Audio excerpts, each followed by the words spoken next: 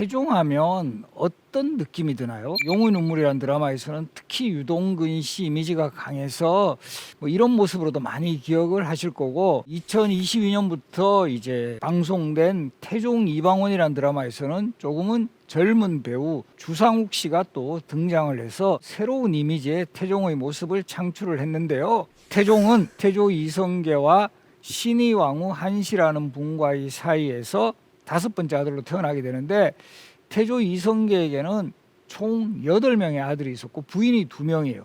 첫 번째 왕비가 바로 이 태종을 낳은 어머니 신의 왕후 한씨, 두 번째 부인이 신덕 왕후 강씨라는 분인데, 이게 좀 주목되는 게 우리 그 고려 시대까지만 해도 이제 부인을 2명 두는 것도 뭐 요즘 표현으로 하면 합법적이었어요, 동시적으로.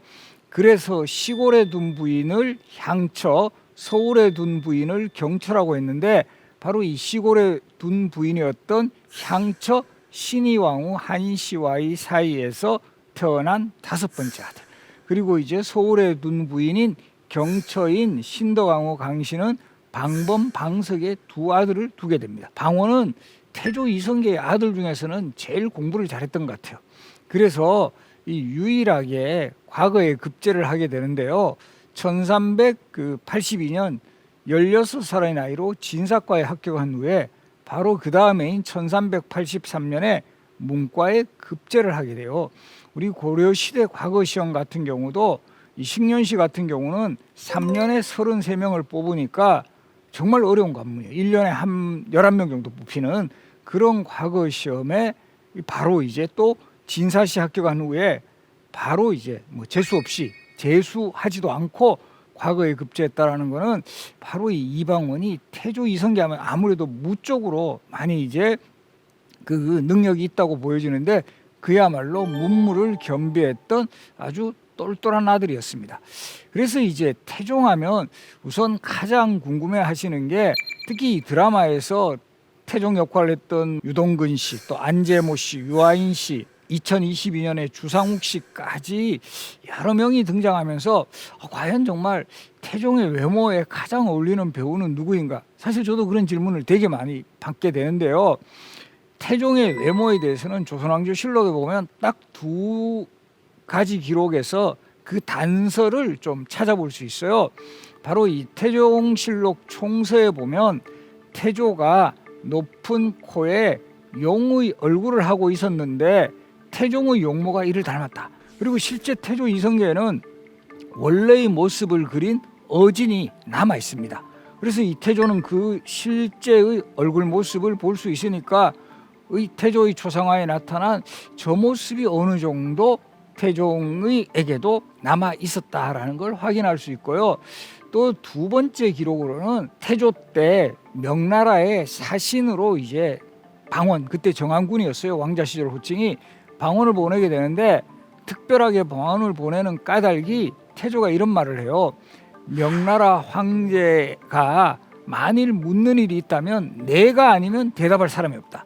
가장 그래도 너가 똑똑하니까 명나라 황제가 어떤 질문을 하더라도 너가 잘 대답할 수 있지 않겠느냐. 그러니까 이제 방원이 종묘와 사직의 크나큰 일을 위해서는 어찌 제가 감히 사양하겠습니까 하면서 아버지의 뜻을 받아들이고, 이때 태조가 눈물을 글썽거리면서 이 말하는 대목이 너의 체질이 파리하고 허약해서 만리의 먼 길을 정말 내가 탈 없이 돌아갔다가 올 수 있는지 이게 참 걱정이 된다, 이런 말을 해요. 너의 체질이 파리하고 허약해서. 자, 여기서 우리 한번 보시면 예전에 그 태종 역할을 맡았던 유동근 씨 같은 분은 누가 봐도 파리하고 허약하다라고 보기는 좀 힘들지 않을까요? 오히려 저는 이 기준에는 예전에 육룡이 나르샤라는 드라마에서 나왔던 약간 유아인 씨 느낌도 나고, 2022년 태종 이방원에 나왔던 주상욱 씨 같은 경우도 사실 그렇게 좀 체격이 아주 크고 그렇지는 않잖아요. 그래서 조금은 날렵한, 오히려 체격이 크기보다는 좀 단단하면서도 조금은 강단 있는 그런 모습이 아니었을까라는 그런 판단을 하게 됩니다. 그래서 이 태종은 이제 사실은 주로 고려 시대에 활동을 하는 인물이에요. 1367년에 이제 출생을 했으니까 조선 건국이 1392년이니까 거의 20대까지는 고려시대 인물이었고, 그 다음에 본격적으로 조선이 건국되고 난 후에는 왕자로서 상당히 이제 태조 이성계의 아들로서 각광을 받았을 것 같지만, 뭐 요즘 표현을 하면 약간 태조 이성계한테 찍혀요. 그래서 조선이 건국되고 난 후에는 정도전이 아주 그 조선 건국의 설계자로서 주도적인 활동을 해나간 반면에 태종은 그렇게 큰 역할을 하지 못했다. 그 이유가 무엇일까요? 바로 우리 뭐 국사 교과서에서 누구나 잘 알고 있는 인물, 바로 우리 그 호은 정몽주 선생 아시죠? 우리 고려말 충신의 대명사로 알려져 있는데, 이 정몽주를 사실 죽인 인물이 누구죠? 바로 이 태종 이방원이에요. 바로 이 부분 때문에 아버지 태조 이성계로부터 아주 그 질책을 받게 됩니다. 왜 쓸데없는 그 짓을 해가지고 이렇게 나를 불편하게 하느냐. 사실 태조 이성계 같은 경우는 정몽주와 정도전을 함께, 요즘 표현으로 하면 뭐 투톱 체제를 할까요?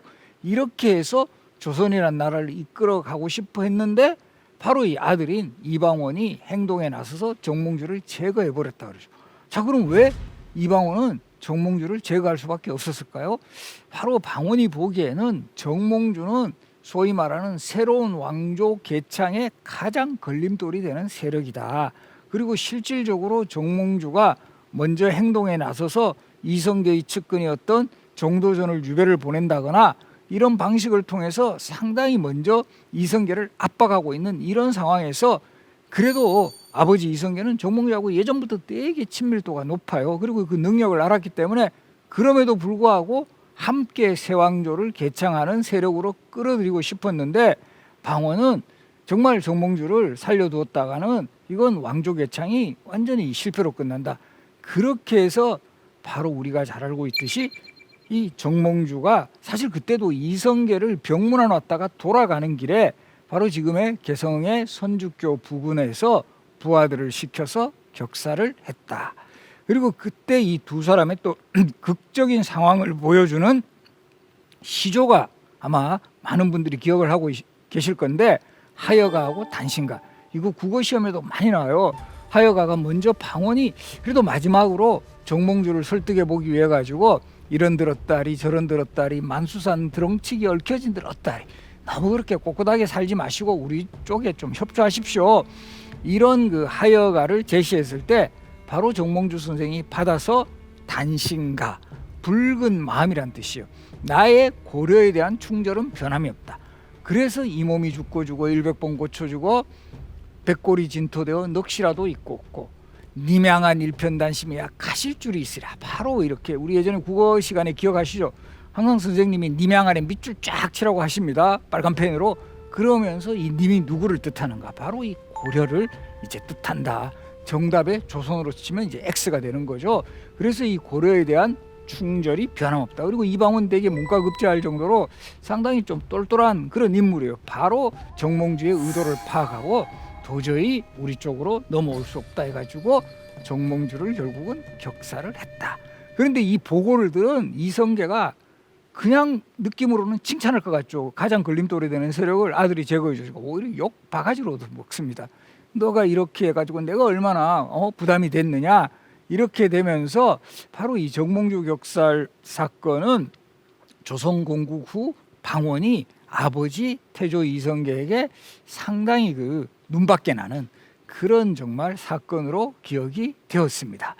그리고 이제 태조 이성계가 주도해서 1392년 7월 17일에 조선이 건국이 되고, 이 조선 건국에 아주 주도적으로 활약을 했던 인물은 바로 정도전입니다. 그래서 정도전은 1394년에 뭐 한양천도라든가 또 이 경복궁과 같은 궁궐 조성, 또 조선이라는 나라의 기본 시스템을 정비하는 이런 과정에서 아주 핵심 역할을 하고, 그야말로 이방원은 이제 뒷전에 있었는데, 바로 이때 이 태종이 되는 이방원을 아주 그 더 힘들게 했던 그 사건이 일어납니다. 뭐냐면 태조 이성계의 후계자로 방석을 세자로 책봉하는 거예요. 방석은 태조 이성계의 막내 아들이었어요. 그러면 왜 이 방석의 세자 책봉이 가능했을까? 거기에 가장 큰 역할을 했던 사람은 방석의 생모이자 태조 이성계의 앞에서 소개했죠. 경철아 해가지고 서울에 두었던 부인, 바로 이 신덕왕후 강씨. 그래서 실제 기록에도 이런 내용이 나요. 원래는 태조 이성계도 가장 그 적장자였던 방후가 이제 맏아들이거든요. 이 방후를 후계자로 책봉을 하려고 했어요. 그런데 그 소식을 몰래 엿들은 신덕왕후 강씨가 눈물을 흘리며 하소연했다라는 이런 기록이 열려실 기술에 등장할 정도로 신덕왕후가 상당히 저항을 했다라는 거죠. 그리고 뭐 실질적으로 아마 이 뭐 거의 태조 이성계한테 요즘 표현을 하면 상당한 정치적 로비를 했다. 그래서 결과적으로 이성계의 마음을 돌렸고, 여기에 또 누가 가세하냐 하면 이 정도전이 가세를 해요. 왜 정도전이 방석의 세아책봉을 적극 지지하고 나서느냐 하면 바로 이 태조 이성계 그리고 이제 태종 이방원은 소위 왕실 인물이요. 그래서 기본적으로 왕권 강화를 상당히 강조하는 입장인데, 정도전의 생각은 다릅니다. 비록 왕조 국가지만 권력의 중심은 왕보다는 재상에게 있어야 된다. 왜냐하면 왕은 세습되는 존재잖아요. 그대로. 그러다 보니까 이제 그야말로 뭐 정말 세종과 같은 왕도 나올 수 있지만 뭐 재수 없으면 연산군 같은 왕도 나올 수 있다라는 거예요. 우리가 사실 유전이라는 거는 이게 참 완전히 뭐 그대로 꼭 이어지는 건 아니잖아요. 그러다 보니까 이것을 보완하기 위해서는 한 나라에서 가장 능력 있는 재상에게 권력을 확실하게 맡겨야 된다. 소위 말하는 정도전의 생각은 재상 중심 체제였어요. 이런 입장의 정도전은 이 왕이 되는 인물도 정통성 있는 적장자보다는 좀 더 나이가 어리고 뭔가 요즘 표현을 하면 손을 많이 봐야 되는 사람, 이런 사람이 더 왕이 되면 나 같은 정도전과 같은 재상의 역할이 커질 수 있다는 거죠. 그래서 정도전도 신덕왕후하고 협조를 해서 적극적으로 방석의 세아책봉을 주장을 했고, 결국은 실제 방석의 세아책봉이 단행돼요. 원래 태조 이성계의 첫 번째 왕위 계승자는 방석이었어요. 이례적으로 막내 아들. 그럼 어떤 분들은 질문합니다. 그 위에 신덕왕후 강씨도 2명의 아들이 있지 않았느냐? 방번도 있었는데 왜 그럼 방번은 되지 않았느냐?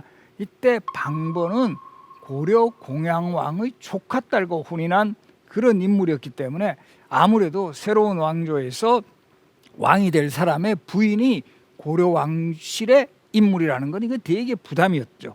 그래서 방석을 밀었다, 이렇게 볼 수 있습니다.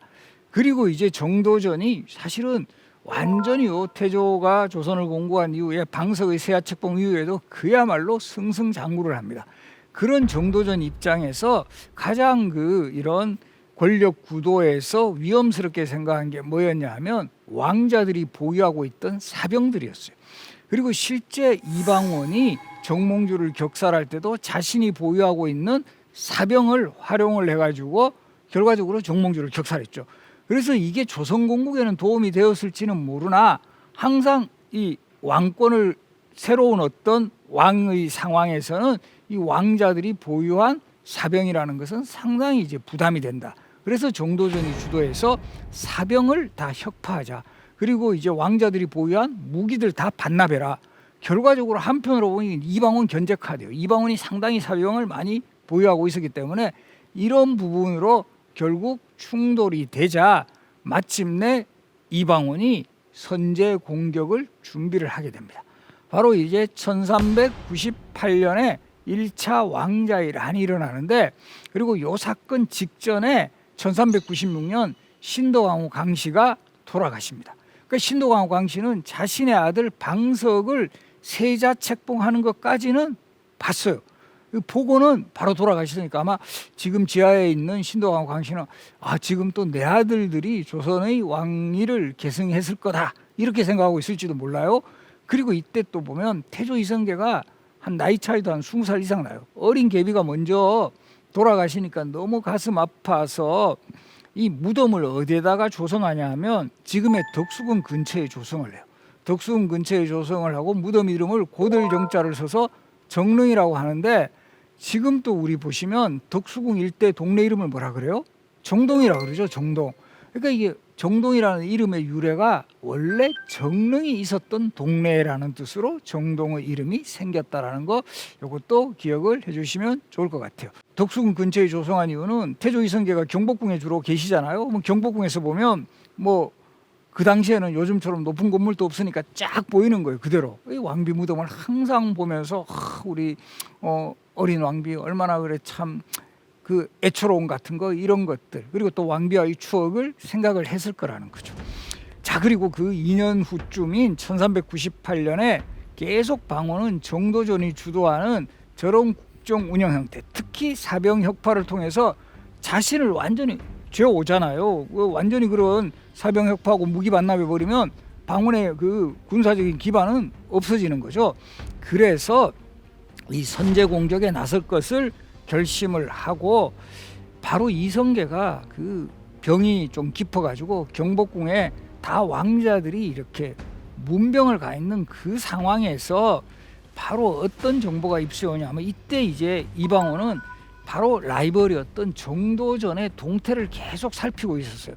그리고 마침 그날 정도전이 자신의 그 아주 절친이었던 남은이라는 사람의 첩의 집에서 이제 술을 마시고 있다, 이런 정보를 입수를 하고 원래 경복궁에 있었는데 궁궐을 몰래 빠져나옵니다.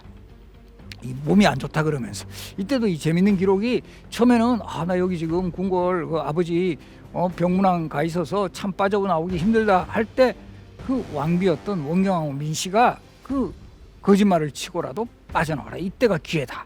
그리고 또 이때 방원 같은 경우는 원래는 무기 반납하라고 했어요. 워낙 정도전이 그 셀 때니까. 그런데 이 왕비였던 원경왕후 민씨가 바로 이거, 남자가 뭐 그렇게 그 요즘 표현을 하면 쪼잔하게 그 다 반납하냐, 우리 집에서 숨겨놓으면 되지 않느냐, 이렇게 해서 왕비였던 원경왕후 민씨 집에 숨겨놓은 무기들이었어요. 예전에 그 드라마에서는 주로 원경왕후 민씨 역할로 우리 최명길 씨가 많이 나와서, 이 원경왕후 하면 최명길 씨 이미지로 많이 기억이 되는데, 태종 이방원이라는 드라마에서는 또 박진희 배우가 원경왕후 민씨 역할을 하게 됨으로써 이제는 또 박진희 씨에게서도 원경왕후의 느낌이 좀 많이 이제 납니다. 그래서 바로 그런 무기들을 가지고 부하들을 시켜서 정도전이 술 마시고 있는 현장을 급습을 해서 정도전을 그 자리에서 제거하고, 그리고 그 여세를 몰아서 이미 왕세자로 책봉되어 있었던 방석마저 바로 처형했던 이 사건을 우리가 역사에서 방원, 방석, 왕자끼리 일어난 변란이란 뜻으로 바로 왕자이란, 그리고 그 다음 1400년에 또다시 왕자이란이 벌어지기 때문에 이 왕자이란을 1차 왕자이란이라고 이야기를 합니다. 그리고 이 1차 왕자이란의 결과에서는 이미 방석을 제거했죠. 그러면 우리 느낌으로는 방원이 다 왕자이란을 주도했으니까 본인이 이제 왕위에 올라야 될 것 같은데 본인이 왕위에 오르지 않아요. 왜? 방원이 왕자이란을 일으킨 명분은 적장자가 왕위를 계승하지 못한 이런 잘못된 것을 나는 바로잡는다. 그러면 적장자, 아까 적장자 누구라 그랬죠? 제일 위청? 방우라 그랬죠. 근데 방우는 이때 이미 돌아가셨어요. 이것도 특히 소주 많이 드시는 분들은 좀 신경 쓰세요. 기록에 보면 방우는 소주를 너무 많이 드셔가지고 돌아가셨다, 이렇게 기록에 나옵니다. 그렇게 해서 실질적인 적장자가 두 번째 형 방과였고, 그래서 방과를 추대해서 이 방과가 왕위에 오르니 이 사람이 조선의 두 번째 왕 정종이 되는 거예요. 그래서 우리 뭐 조선왕이 계승 뭐 이런 거 외울 때 태정태세 문단세 그러잖아요. 그래서 조선의 두 번째 왕 정종은 사실은 뭐 본인의 큰 의지 없이 동생인 방원의 도움으로 뭐 어떻게 보면 약간 얼굴 마담 스타일로 이렇게 왕위에 올랐다. 우리 뭐 한국 현대사하고 좀 이렇게 비교를 해본다면 12.12 쿠데타 이후에 전두환 전 대통령이 바로 대통령이 오르는 게 아니라 최규하 대통령 체제로 가는 거죠. 약간 정종은 최규하 대통령 느낌도 나는 바로 그런 인물이고, 실제 또 비슷했던 게 최규하 대통령도 8개월 만에 공식적으로는 스스로 대통령직에서 사임을 합니다. 바로 이 정종도 공식적으로는 스스로 왕위를 양보를 해요. 그때 정종하고 최규하 대통령의 차이점이라면, 최규하 대통령은 아무 말 없이 이렇게 그냥 사임을 했다면 정종은 콕 찍어서 내 동생 방원이 왕을 해야 된다. 이렇게 해서 2년여간의 뭔가 이런 좀 준비 기간, 그리고 좀 민심을 어느 정도 수습하는. 만약에 이제 방원이 왕자란을 바로 주도한 후에 바로 왕위에 올랐다면 상당히 저항 세력들도 많았을 건데, 이런 것들을 피해서 형님을 잠깐 왕으로 올린 후에 2년 만에 스스로 왕위를 양보를 받아서 왕위에 오르게 됩니다. 이방원, 우리 태종이 되는 그 인물 좀 뒤끝도 많았던 것 같아요. 그 정도전을 제거하고 정도전을 집을 몰수를 해서 조선시대 말먹이는 관청을 우리가 사복시라고 하는데, 이 사복시를 이제 그 정도전 집터를 몰수해서 만들어요. 이거 보면 사실은 좀 모욕이죠. 그 사람이 살던 집에 이제 말과 같은 짐승들을 길렀으니까. 그래서 지금 또 요 사복시 자리가 나중에 어떻게 되냐면, 이 넓은 스페이스가 있었잖아요. 그러다 보니까 이곳에 수송초등학교라는 학교가 들었어요. 그러다가 이제 도심에 학교가 좀 유지하기가 힘드니까 이 수송초등학교가 이제 없어지고, 그 자리에 바로 현재 종로구청이 들어서 있어요. 그래서 지금 또 서울 종로구청 앞에 가시면 정도전 집터, 사복시터라는 표지석이 함께 이렇게 그 붙어 있는 것들을 확인을 할 수 있습니다.